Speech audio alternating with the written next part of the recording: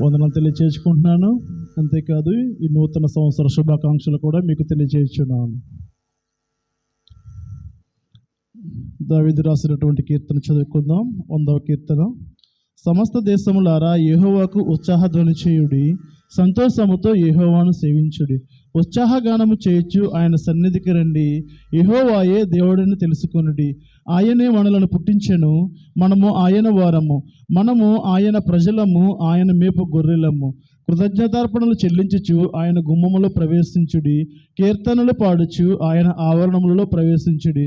ఆయనను స్తుతించుడి, ఆయన నామమును గణపరచుడి. యెహోవా దయాళుడు, ఆయన కృప నిత్యముండును, ఆయన సత్యము తరతరములుండును కాక. ఈ చిన్న కొద్ది వాక్యము దేవుడు దీవించి ఆశీర్వదించును గాక. లేఖనములో నుండి కొద్ది మాటలు జాగ్రత్తగా మనం నేర్చుకోవటానికి ప్రయత్నం చేద్దాం. నూతన సంవత్సరంలో దేవుని దగ్గరికి ఎలా రావాలి అని అంటే ఉత్సాహధ్వని చేయొచ్చు. ఎలా రావాలమ్మా? ఉసూరుమంట రాకూడదు అనమాట. దేవుని దగ్గరికి ఎలా రావాలి? ఉత్సాహంగా రావాలి, సంతోషంగా రావాలి. 122వ కీర్తనలో భక్తుడైనటువంటి దావీదు అంటాడు కదా, ఎప్పుడు నేను దేవుని మందిరానికి వెళ్తాను, ఎప్పుడు నేను స్తుతిస్తాను అని చెప్పి నా ప్రాణము తహతహలాడుతూ ఉన్నది. జీవము కలిగిన దేవుని సన్నిధిని చూడాలి, జీవము కలిగిన దేవుని సన్నిధిని దర్శించుకోవాలి అనే ఉద్దేశంతో భక్తుడైనటువంటి దావీదు తహతహలాడుతూ ఉన్నాడు. కాబట్టి దేవుని మందిరానికి ఎలా రావాలి అని అంటే ఉత్సాహముతో రావాలి. చెప్పండి అమ్మ, ఎలా రావాలి? 2వ వచనంలో ఎలా రావాలో చెప్పండి. 2వ వచనంలో సంతోషముతో రావాలి. ఎలా రావాలమ్మా? సంతోషముతో రావాలి. మొదట ఎలా రావాలి? ఉత్సాహముతో రావాలి. రెండోది సంతోషముతో రావాలి. మూడవది ప్రియులారా 4వ వచనంలో కృతజ్ఞతార్పణలు చెల్లించుచు ఆయన గుమ్మములలో ప్రవేశించాలి. ఆ తర్వాత కీర్తనలు పాడుచు ఆయన ఆవరణములలో ప్రవేశించాలి. కాబట్టి 2026వ సంవత్సరం మొదటి తేదీన దేవుని యొక్క పాదాల దగ్గరికి రావడానికి చూపినటువంటి కృపను బట్టి నేను ప్రభుని సంతోషిస్తూ స్తుతిస్తూ దేవుని దగ్గరికి మనం ఎలా రావాలి అని అంటే 100వ కీర్తనలో వ్రాయబడినటువంటి ప్రకారము సంతోషంతో రావాలి, ఉత్సాహంతో రావాలి. కృతజ్ఞతార్పణలు చెల్లించు, కొంచెం వెనకేసుకోమా, కృతజ్ఞతార్పణలు చెల్లించుచు దేవుని యొక్క మందిరానికి చేరికూడి రావాలి అని చెప్పి ప్రేమతో భక్తుడు జ్ఞాపకం చేస్తూ ఉన్నాడు. సరే, మంచిది. అలా చేరికూడి వచ్చిన మిమ్మల్ని బట్టి నేను ప్రభుని స్తుతిస్తూ గణపరుస్తూ మరొక్కసారి నూతన సంవత్సర శుభాకాంక్షలు మీ అందరికీ తెలియజేస్తూ దేవ గ్రంథములో నుండి కొన్ని మాటలు మనం నేర్చుకుందాం. రండి. యెషయా గ్రంథము 43వ అధ్యాయము. యెషయా గ్రంథం 43వ అధ్యాయము 19వ వచనాన్ని చదువుకుందాం. ఇదిగో నేనొక నూతన క్రియ చేయుచున్నాను, ఇప్పుడే అది మొలచును, మీరు దానిని ఆలోచింపరా. నేను అరణ్యములో త్రోవ కలుగజేయుచున్నాను, ఎడారిలో నదులు పారజేయుచున్నాను. చదవబడిన పరిశుద్ధ వాక్యాన్ని కృపగలిగిన దేవుడు మన కొరకు దీవించునుగాక. ఆమేన్ చెప్పండి అందరూను. ఆమేన్.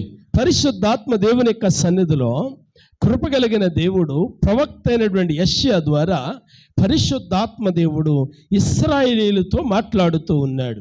అప్పటికి ఇశ్రాయేలీయులు బానిసత్వం నుండి విడిపించబడలేదు, ఇంకా బందీలోనే ఉన్నారు. అంటే బానిసత్వంలో ఉన్నారు, ఐగుప్తు దేశంలో ఉన్నారు, రాజు అయినటువంటి ఫరో చేతిలో నలిగిపోతూ ఉన్నారు.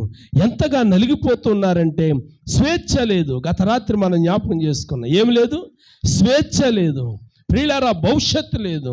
అలాంటి పరిస్థితుల్లో పరిశుద్ధాత్మ దేవుడు జ్ఞాపకం చేస్తూ ఉన్నాడు. ప్రియమైనటువంటి దేవుని సంఘమ, దేవుడు జ్ఞాపకం చేస్తూ ఉన్నాడు. ఏమని జ్ఞాపకం చేస్తున్నాడు అని అంటే, ఇదిగో నేనొక నూతన క్రియ చేయబోతూ ఉన్నాను. దేవునికి స్తోత్రం. హల్లెలూయా, హల్లెలూయా. ప్రభు యొక్క కృప చేత ప్రియులారా మనము మరో కొత్త సంవత్సరంలోనికి ప్రవేశించాం. అంటే కొత్త సంవత్సరంలోనికి ప్రవేశించడం అంటే కేవలము క్యాలెండర్ మార్చడం కాదు సుమా. వినండి బిడ్డలారా, కొత్త సంవత్సరంలోకి వెళ్ళటం అంటే క్యాలెండర్ తిరగేసేసినంత ఈజీ కాదు.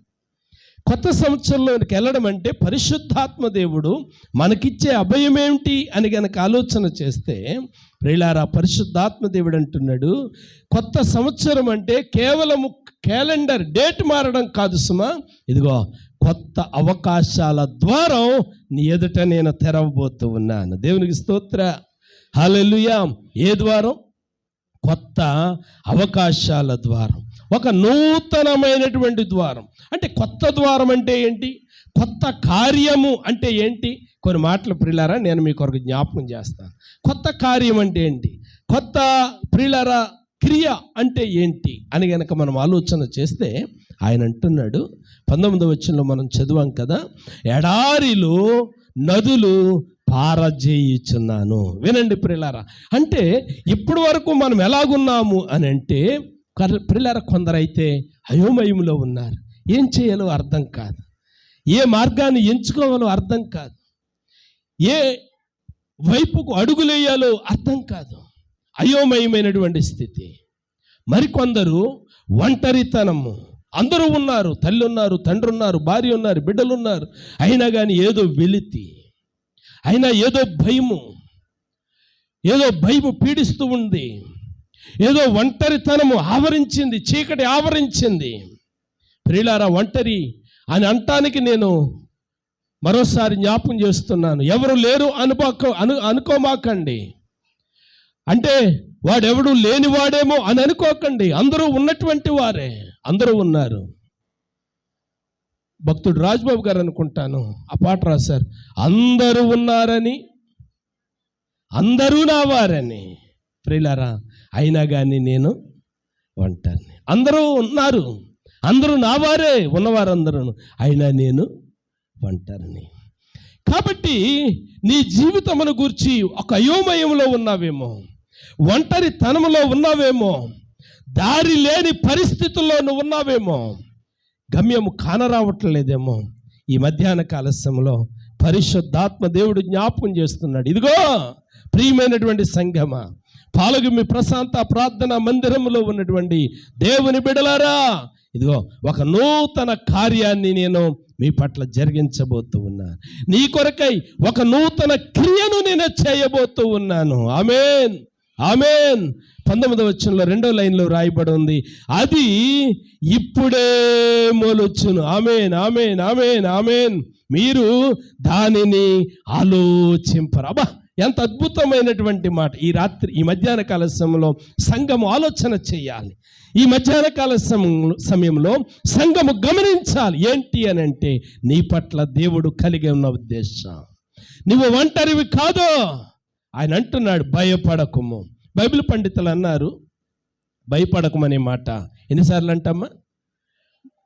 366 సార్లు రాయబడి ఉంది అని బైబిల్ పండితులు చక్కగా తెలియచేస్తాం. అంటే ప్రతిరోజు కూడా ఉదయకాలంలో ప్రభు నీతో మాట్లాడే మాట ఏంటో తెలుసా? కుమారుడా, కుమార్తె, భయపడకుము, నేను నీ చేయి పట్టుకున్నాను. యెషయా గ్రంథంలో 43వ అధ్యాయం అనుకుంటాను, ఏమని రాయబడి ఉంది? 43వ అధ్యాయము 5వ లైన్ చూడండి, భయపడకుము. వినండి ప్రియులారా, ఎందుకు భయపడకూడదు? 2వ వచనంలో రాయబడి ఉంది, నేను నీకు తోడై ఉందును. అబ్బా, అయితే ఈ మధ్యాహ్న కాల సమయంలో వాగ్దానం చేసిన వాడు ఎలాంటి వాడో తెలుసా? నిన్ను పేరు పెట్టి పిలవగలిగినటువంటి వాడు. ఆమేన్. వాగ్దానం చేసిన దేవుడు ఎలాంటి వాడు అంటే, పేరు పెట్టి నిన్ను పిలవగలిగినటువంటి వాడు.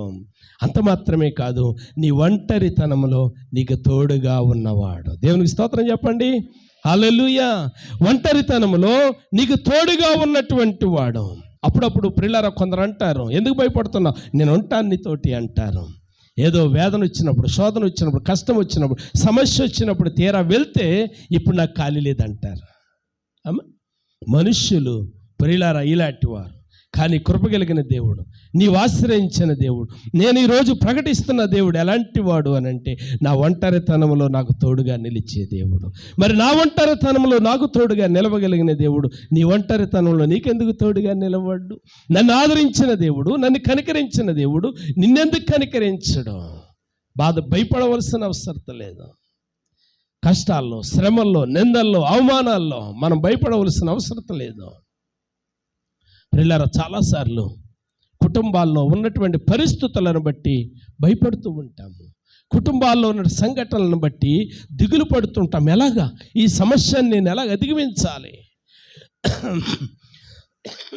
ఈ సమస్యను నేను ఎలా దాటాలి అనుకుంటూ ఉంటాము. అర్థం కాదు. ఏ అడుగులేసినా పొరపాటు కిందనే ఉంటుంది. ప్రియులారా, మీకు కాదు కానీ ఒక మాట నా వైపు నుంచి నేను చెప్తాను.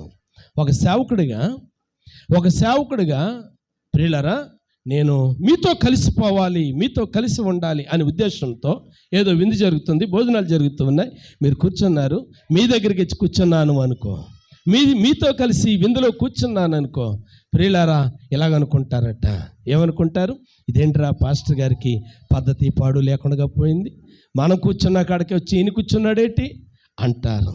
అదే ప్రియులారా, మీరందరూ ఎలాగనుకుంటారని చెప్పి, అరే బాబు నేను లోన కూర్చుంటాను, నాకు కొంచెం ప్లేట్లో పెట్టి ఇచ్చేయరంటే ఆయనకి ఎంత ప్రెస్టేజో. అందరూ ఉన్నారు కదా ఇక్కడ, అందరితో వచ్చి కూర్చోవచ్చు కదా. రైట్ అమ్మ, పాపం తీసుకోండి, వర్తమానం జరుగుతుంది కదా.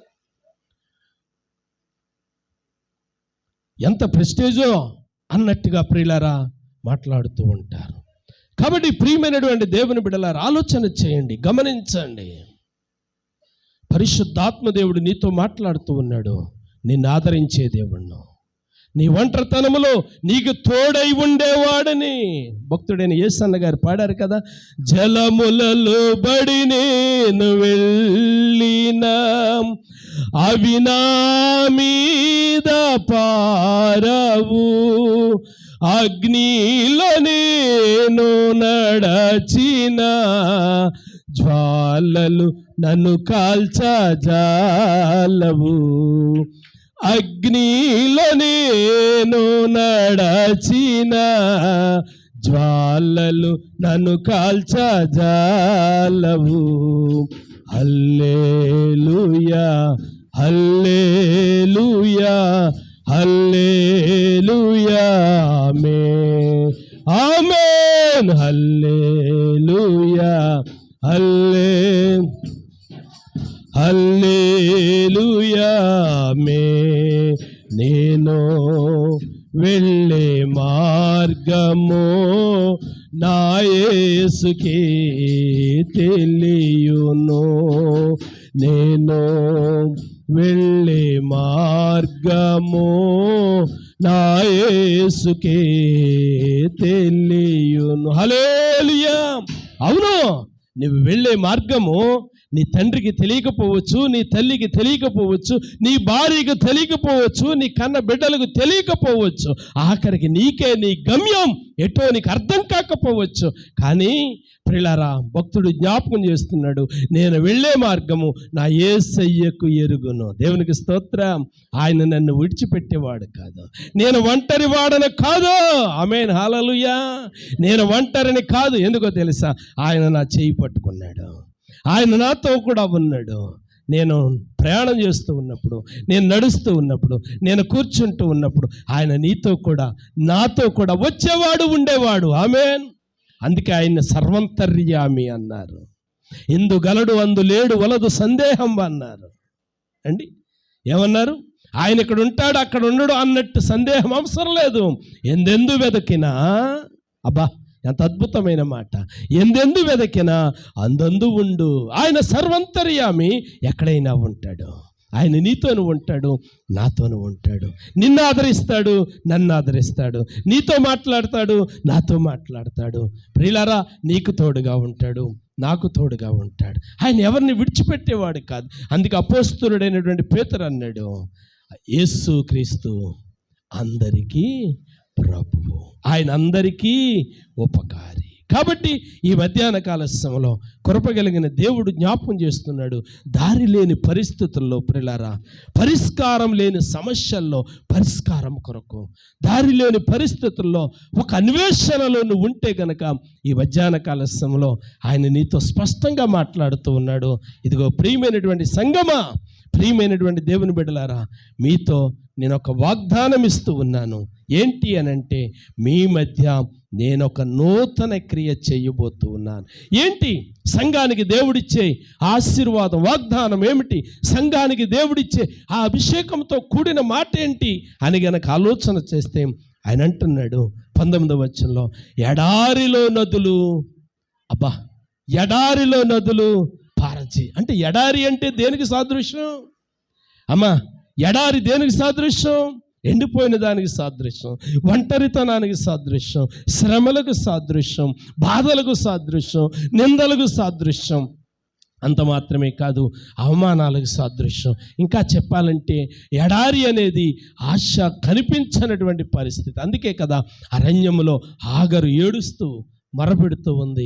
ఏమని మొరపెడుతూ ఉంది? ఆ బిడ్డను చూచి దేవుని పాదాల దగ్గర మొరపెడుతూ ఉంది. అంటే ప్రియులారా, ఆమెకున్నటువంటి ఆ నిరీక్షణ ఏంటి అంటే, ఈ అరణ్యంలో ఎవరు నాకు చూడగలరు? ఈ అరణ్యంలో నా మొరెవరింటారు? ఈ అరణ్యంలో ఎవరు నాకు సహాయం చేస్తారు? అంటే అరణ్యం అనేది ప్రియులారా ఏ విధమైనటువంటి మేలు కానరాని పరిస్థితుల్లో కనిపించేది. అయితే ఏమంటున్నాడంటే, అలాంటి ఎడారి అంటే ఒంటరితనంలో ఉన్నావేమో, నిరాశలో ఉన్నావేమో, నిస్పృహలో ఉన్నావేమో, ఇదిగో ఇంత వయసు వచ్చింది, చదువుకున్నాను, ఉద్యోగం లేదని బాధలో ఉన్నావేమో, ఇదిగో ఇంత వయసు వచ్చింది, పిల్లలు పెద్ద అయ్యారు, ఇంకా ఇల్లు కట్టలేదు అనే బాధలో ఉన్నావేమో, ఇదిగో బిడ్డలను చదివించాలి, ఆర్థిక పరమైన స్తోమత లేదు, ఏం చేయాలి వీళ్ళని అని నిరాశలో ఉన్నావేమో. ఈ మధ్యాహ్న కాల సమయంలో పరిశుద్ధాత్మ దేవుడు మాట్లాడుతూ ఉన్నాడు, ఇదిగో సంగమా, నేను ఒక నూతన క్రియ, చెప్పాలి, నూతన క్రియ చెయ్యబోతూ ఉన్నాను. ఏంటో తెలుసా? అది ఎడారిలో నదులు. అంటే నీ ఒంటరితనములో సమృద్ధిని కలగజేయబోతూ ఉన్నాడు. చప్పట్లు కొట్టి ఒకసారి ప్రభుని మహిమపరుస్తారా? దేవునికి స్తోత్రం, స్తోత్రం, స్తోత్రం, స్తోత్రం. ఎదరకాలి ఉంది చూడండి, ఎదరికి వచ్చేయండి. హల్లెలూయా, హల్లెలూయా, హల్లెలూయా. కాబట్టి ప్రియమైనటువంటి దేవుని బిడ్డలారా, ఆలోచన చేయండి. ఎడారి అనగా ఒంటరితనానికి, ఎడారి అనగా ప్రియులారా ఏ ఆశ లేనటువంటి పరిస్థితులకు సాదృశ్యమైతే, అలాంటి ఒంటరితనములో ఉన్నటువంటి నీతో పరిశుద్ధాత్మ దేవుడు అంటున్నాడు, మేలుతో నింపబోతూ ఉన్నాను. ఆమేన్. మేలుతో నింపబోతూ ఉన్నాను, దీవెనతో నింపబోతూ ఉన్నాను, ఆశీర్వాదములతో నింపబోతూ ఉన్నాను. ప్రియులారా, ఆ మాట చదువుతున్నప్పుడు నాకు ఆశ్చర్యం వేస్తుంది. ఎడారిలో నదులు, నదులు అనే మాటకి నేను చదువుతూ ఉన్నప్పుడు ప్రియులారా, ఆ మాట అద్భుతం అనిపించింది నాకు. ఎడారి అనే ప్రాంతాన్ని ఆయన నదులతో నింపును అని అంటే, నీటి మడుగులతో. ఎడారిలో నీటి మడుగులు ఉంటాయా? వినండి ప్రియులారా, ఉంటాయి తమ్ముడు? ఉండవు. కానీ ఆయన అంటున్నాడు, ఎడారిలో నీటి మడుగులను నింపబోతూ ఉన్నాను. ఆమేన్. అంటే ఒంటరి జీవితంలో, నిరాశ జీవితంలో ఏ విధమైన హోప్స్ లేదు అని చెప్పి, ఇంకింతేనా నా బ్రతుకు, ఇదేనా నా బ్రతుకు, ఇదేనా నా జీవితం అని చెప్పి నిరాశలో ఉన్నావేమో. ఎవరున్నారు నాకు? నా తండ్రి ఉంటే ఇలాగుండునా, నా తల్లి ఉంటే ఇలాగున్నా, డబ్బుంటే ఇలాగున్నా అని వరకోవచ్చు. డబ్బు ఉన్నటువంటి వారు సంతోషంగా ఉన్నారా? తల్లిదండ్రులు ఉన్నవారు సంతోషంగా ఉన్నారా? ప్రియులారా, ఈ మధ్యాహ్న కాల సమయంలో ఒక్కసారి ఆలోచన చేద్దాం. పరిశుద్ధాత్మ దేవుడు అంటూ ఉన్నాడు, ఏంటి ప్రియ దేవుని బిడ్డలారా, ఆ నూతన శక్తి ఏంటి? ఆ ఎడారిలో నీటి మడుగులేంటి అని కనుక ఆలోచన చేస్తే, 2025 సంవత్సరం ఒకవేళ నీకు నిరాశగా దాటిపోయిందేమో, బిడ్డలు వివాహాలు చేయాలనుకున్నావు, చేయలేకపోయావేమో, ఇల్లులు కట్టాలనుకున్నావు, కట్టలేకపోయావేమో, ఉద్యోగాలు సాధించాలనుకున్నావు, సాధించలేకపోయావేమో, ఏదో సీటు సాధించాలనుకున్నావు, సాధించలేకపోయావేమో. ప్రియులారా, భయపడకండి. కృప కలిగిన దేవుడు జ్ఞాపకం చేస్తున్నాడు, ఇదిగో నేను నీ మధ్య నీ కొరకు ఒక అద్భుతాన్ని చేయబోతూ ఉన్నాను. దేవునికి స్తోత్రం. అంటే నీ కొరకు దేవుడు ఒక ప్రణాళిక కలిగి ఉన్నాడు. ఆమేన్.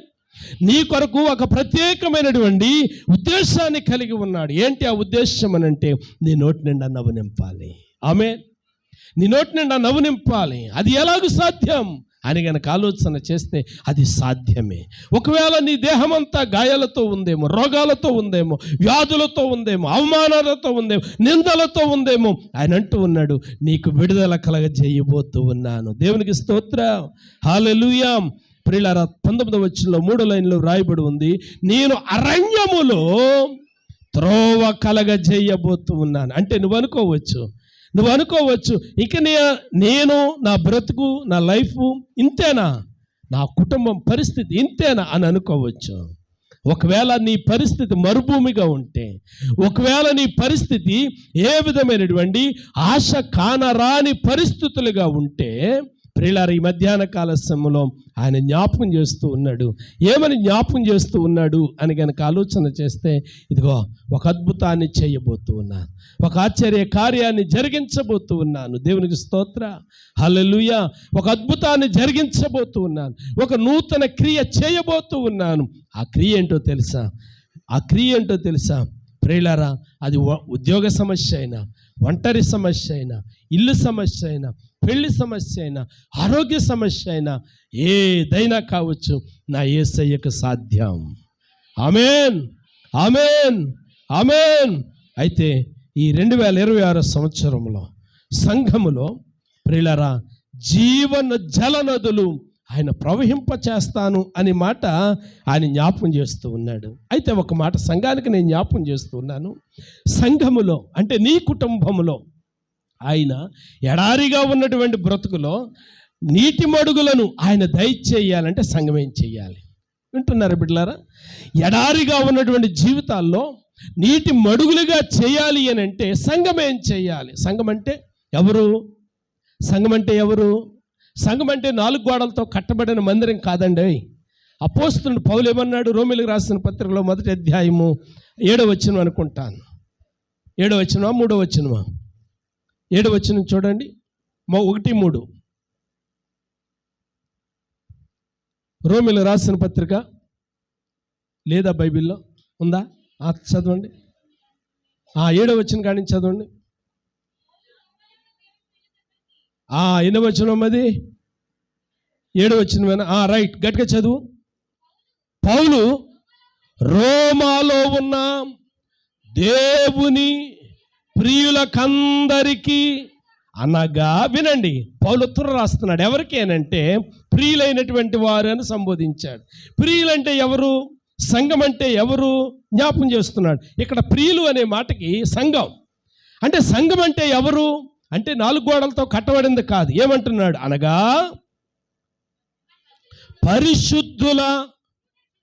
పరిశుద్ధులుగా ఉండుటకు పిలువబడిన వారికి శుభమని చెప్పి వ్రాసేది. ఆమేన్. అంటే ఇప్పుడు సంఘం అంటే ఎవరంట? పరిశుద్ధులుగా ఉండడానికి పిలువబడిన వారు. అంటే ఇప్పుడు సంఘముతో పరిశుద్ధాత్మదేవుడు మాట్లాడుతున్నాడు.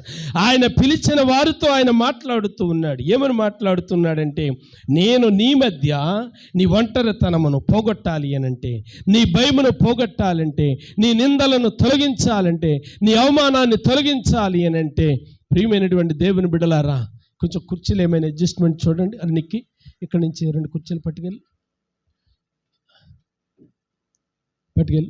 నీ అవమానమును ఒంటరితనమును తొలగించాలి అని అంటే కృప కలిగిన దేవుడు జ్ఞాపకం చేస్తున్నాడు. సంఘము కొన్ని పనులు చేయాలి. సంఘము కొంచెం సర్దుకుని కూర్చోండి ఎదురికి. నా దీపమును వెలుగించువాడు నా చీకటిని వెలుగుగా చేయును. నా దీపమును అమ్మ అనేసి ఎదురుకొచ్చి, రే తల్లిగా ఎదురుకురా అమ్మా, ఎదురుకొచ్చా అమ్మా, ఎదురుకొచ్చా. జలరాసుల నుండి బలమైన చేతితో చేర్చిన బలమైన దేవు. అమ్మా కొంచెం ఎదురుకురా, కొంచెం ఎదురుకురండి. అక్కడ కుర్చీ వేస్తారు. యెహోవా నా బలమా, యథార్థమైనది నీ మార్గం, పరిపూర్ణమైనది నీ. విజయ్ గారు కూర్చోండి, కూర్చోండి. యెహోవా నా శత్రువులు పాశములరి కట్టినను, నన్ను చుట్టినను నరకపు పాశములరి కట్టినను. ఈ పక్కంతా కాలే, స్థలం లేదేమో అనుకుంటున్నాను నేను. మమ్మీ ఇలాగొచ్చాను. నువ్వు అక్కడ ఎందుకు ఇంకా పెళ్ళి అవ్వాలి, పిల్లలు కనాలి, ఆపరేషన్లు అవ్వాలి, అప్పుడు నువ్వు అక్కడ కూర్చోవాలి. ఇప్పుడప్పుడే కూర్చోకూడదు. బ్లెస్సి, నువ్వు అక్కడ ఎందుకు ఇలాగొచ్చా? బలమైన దేవుడు యెహోవా నా బలమా, యథార్థమైనది నీ మార్గం, పరిపూర్ణమైనది నీ మార్గం యెహోవా. హల్లెలూయా. కాబట్టి సంఘముతో దేవుడు మాట్లాడుతున్నాడు అంటే నిన్ను గుచ్చి మాట్లాడుతూ ఉన్నాడు. కొన్ని పర్యాయ పదాలు ఇలాగుంటాయి. మీరు, నీవు, నీకు అనే మాటలు కొన్ని ఉంటాయి కదా. ప్రియులారా, మీరు అన్నారనుకో, అది మన గురించి అయినప్పటికీ అది అంత గుచ్చినట్టు అనిపించదు. నిన్నే, నీకే అనే మాట ఉందనుకో, ఎలా ఉంటుందమ్మా? మనల్ని గుచ్చినట్టు ఉంటుంది. కాబట్టి ఇప్పుడు సంఘానికి అంటే నీతో పరిశుద్ధాత్మ దేవుడు చెప్పే మాట ఏంటి అని అంటే, కృపగలిగిన దేవుడు ఎడారిని నీటి మడుగులుగా చేయాలి అని అంటే సంఘం ఏం చెయ్యాలి? 4 మాటలు చెప్తాను, జాగ్రత్తగా రాసుకోండి. జాగ్రత్తగా రాసుకోండి ప్రియులారా. ఏంటి ఆ 4 మాటలు అని కనుక ఆలోచన చేస్తే, 4 మాటలు ఏంటి? అమ్మ బోల్డ్ ప్లేస్ ఉంది, రండి కొంచెం సర్దుకోండి, రండి వెనకాలంతా ప్లేసే, అక్కడ కూర్చోండి చిన్నారి దగ్గర.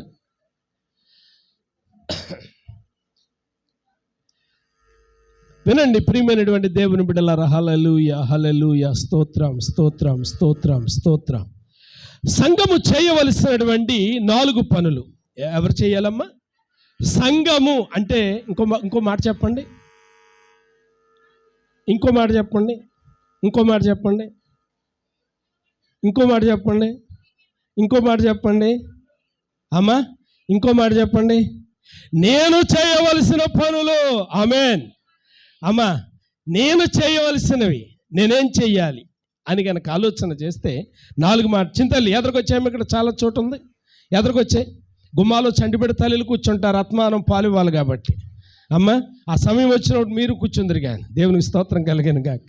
ఆమేన్. రైట్, మంచిది, దేవునికి మహిమ కలుగును గాక. సంఘము చేయవలసినటువంటి పనులు వినండి జాగ్రత్తగా. ఎన్ని మాటలు అన్నాను? 4 మాటలు. రాయడానికి ప్రయత్నం చేయండి. మొదటి మాట, సంఘం ఏం చేయాలో తెలుసా?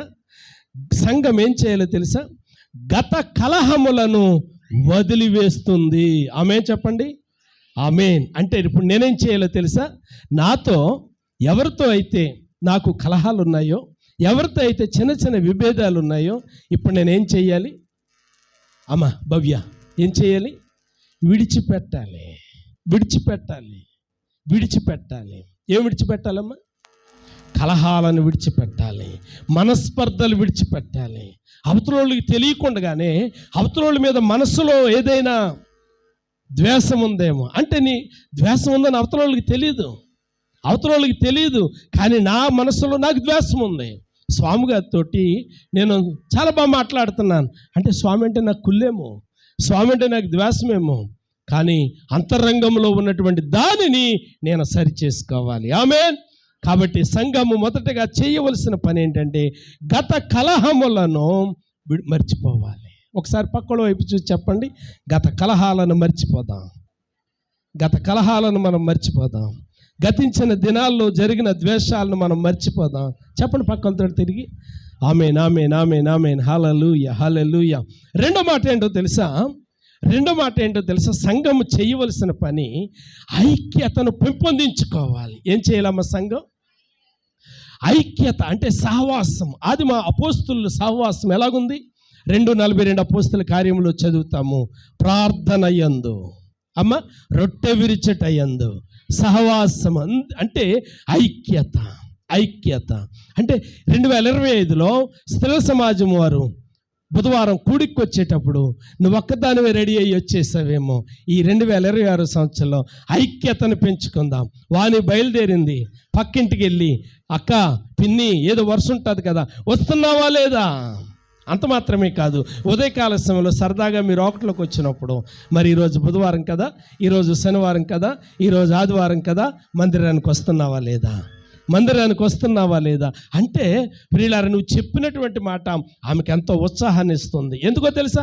అంతవరకు ఆమె ఏమనుకుందో తెలుసా? ఉదయాన్నే లేచిన తర్వాత ఈరోజు నేనేదో పని చేసుకుందాము, రాకూడదు అని అనుకుంది. ఎప్పుడైతే మీరు ఇలా ఆమెతో మాట్లాడారో ఆమెకి ప్రియులారా మీ మాట ఆకర్షణ ఎలా కనిపించిందో తెలుసా? నేను మందిరానికి వెళ్ళాలి. దేవునికి స్తోత్రం కలిగిన గాక. మొదటి మాట ఏంటో చెప్పండి? గత కలహాలను మర్చిపోవాలి. రెండో మాట ఐక్యతను పెంపొందించుకోవాలి. మూడో మాట మనకు చాలా విషయాలు ఉంటాయి మన కుటుంబంలో, కానీ మొదటి స్థానంలో పెట్టవలసినటువంటి మాట, మన ఇల్లు ఉంటుంది, మనకు హాల్ ఉంటుంది. మనం ఇంట్లో వెళ్ళగానే మనకేం కనబడుతుంది చెప్పండి? హాల్ కనబడుతుంది. హాల్లో మనకేం కనబడతాయి? మొదటిగా మనం కూర్చోడానికి సోఫా సెట్ కనబడుతుంది. ఆమేన్. అంటే వాళ్ళు మొదటి స్థానం దేన్ని పెట్టారు? సోఫా సెట్కి పెట్టారు. అంటే వారి ఇంటికి వచ్చినటువంటి అతిథుల మీద వారు కొన్నటువంటి మమకారం, గౌరవం, ఆప్యాయత. ఇదిగో నా ఇంటికి వచ్చినటువంటి వారు వచ్చిన వెంటనే నిలబడడానికి వీరు లేదు, వారు కూర్చోవాలి అని చెప్పి ఆ సోఫా సెట్ని ఏ స్థానంలో పెట్టారు? మొదటి స్థానంలో పెట్టారు. అయితే నేను సంఘానికి జ్ఞాపకం చేస్తున్నాను, ఈ రోజు నుండి మీకు మొదటి స్థానంలో భార్యకు భర్త, భర్తకు భార్య, భార్య భర్తకు పిల్లలు కాదు. ప్రియులారా, మొదటి స్థానం దేనికి ఇవ్వాలంటే ప్రార్థనకు ఇవ్వాలి. ఆమేన్. మొదటి స్థానంలో ఏముండాలి? ప్రార్థన ఉండాలి. మొదటి మాట అంటే చెప్పండి, గత కలహాలను మర్చిపోదాం. రెండో మాట ఐక్యతను పెంపొందించుకుందాం. మూడో మాట ప్రార్థనను ప్రథమ స్థానంలో ఉంచుకుందాం. నాలుగో మాట ఇంతవరకు నేను నా కోసం బ్రతికానేమో, నా పిల్లల కోసం బ్రతికానేమో, నేను నా భార్య కోసం బ్రతికానేమో, నేను నా భర్త కోసం బ్రతికానేమో, మిగిలినటువంటి ఈ శాస జీవితం కొద్ది జీవితమే కదా, అయిపోయింది. ప్రియులారా, నాకైతే ఆల్మోస్ట్ కంప్లీట్ అయిపోయింది, మీకైతే సగం అయ్యింది. ప్రియులారా, సగమైనటువంటి వారికి ఇంకా కొంచెం ఉంది కాబట్టి ఒక ఆశ ఏంటో తెలుసా? ఈ ముందున్నటువంటి ఈ శాస జీవితం ఆయన పరిచర్య వైపు కొత్త అడుగులు వేయడానికి ప్రయత్నం చేద్దాం. ఆమేన్.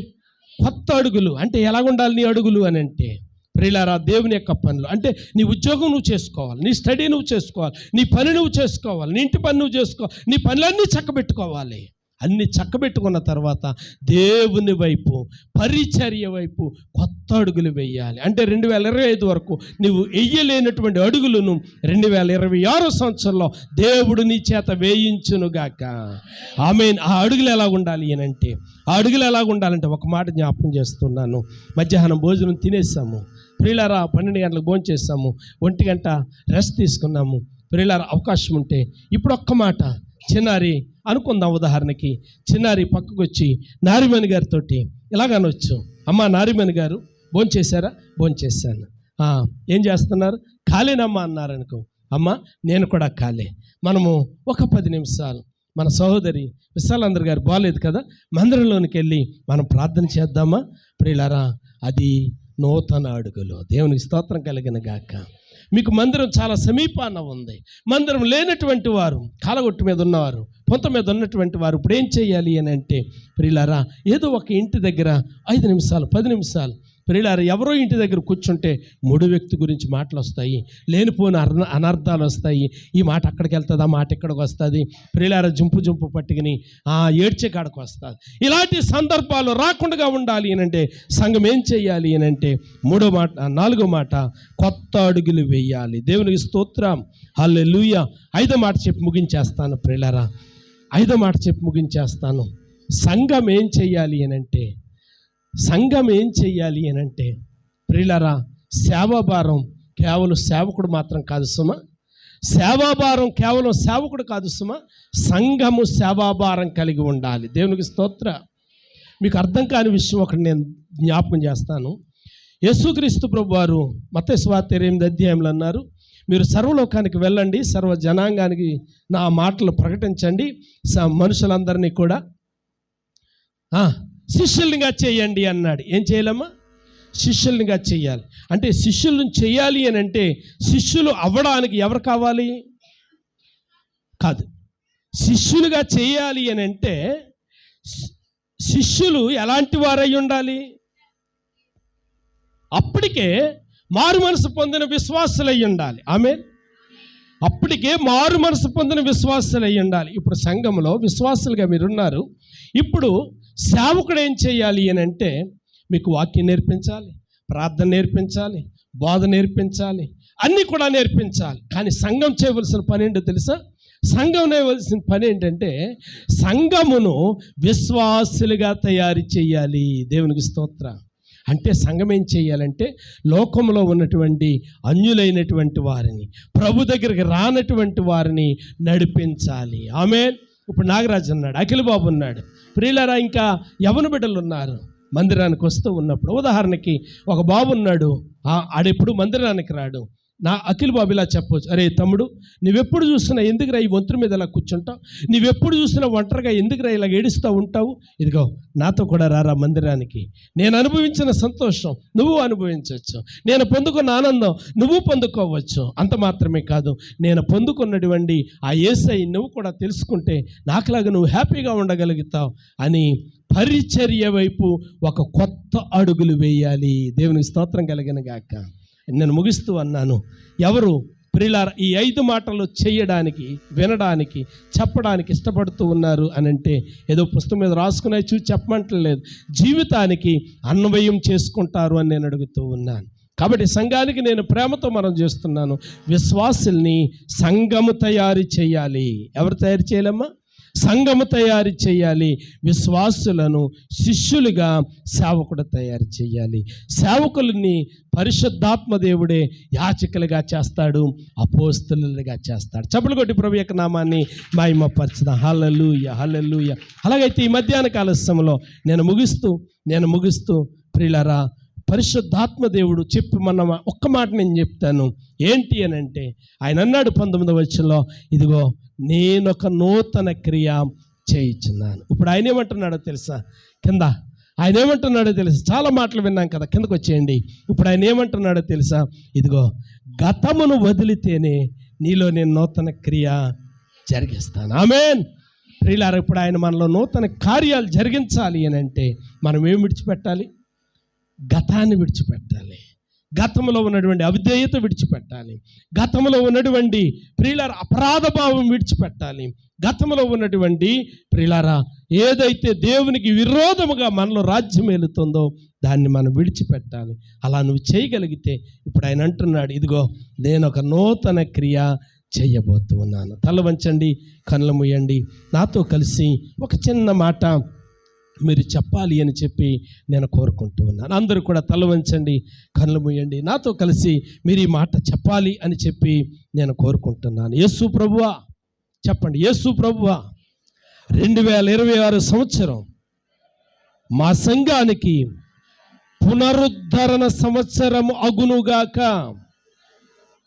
2026 సంవత్సరం మా సంఘానికి పునరుద్ధరణ సంవత్సరము అగునుగాక. యేసయ్యా, మా మధ్య దేవుని మహిమ ప్రత్యక్షము అవునుగాక. మరోసారి చెప్పండి. యేసయ్యా, మా మధ్య దేవుని మహిమ ప్రత్యక్షము అవునుగాక. యేసయ్యా, మా సంఘము ద్వారా అనేక ఆత్మలు ప్రభువును చేరునుగాక. తల వంచండి, కళ్ళు మూయండి, చిన్న నిర్ణయాన్ని చేసుకోండి. ఏదైతే పరిశుద్ధాత్మ దేవుడు మనకు బోధించాడో వాటిని విడిచిపెట్టడానికి మనం ప్రయత్నించేద్దాం. పరిశుద్ధుడైన మా తండ్రి, గనుడైన మా ప్రభువా, నీకు వందనాలు. ఇంతవరకు మీరు ఏదైతే మాకు బోధించారో ప్రభువా, బోధించిన సత్యాలను మేము నేర్చుకోవడానికి, ఈ నూతన సందేశము ద్వారా మేము దీవించబడ్డానికి కృప చేయండి. యేసు నామమున అడుగుచున్నాను తండ్రి, ఆమేన్.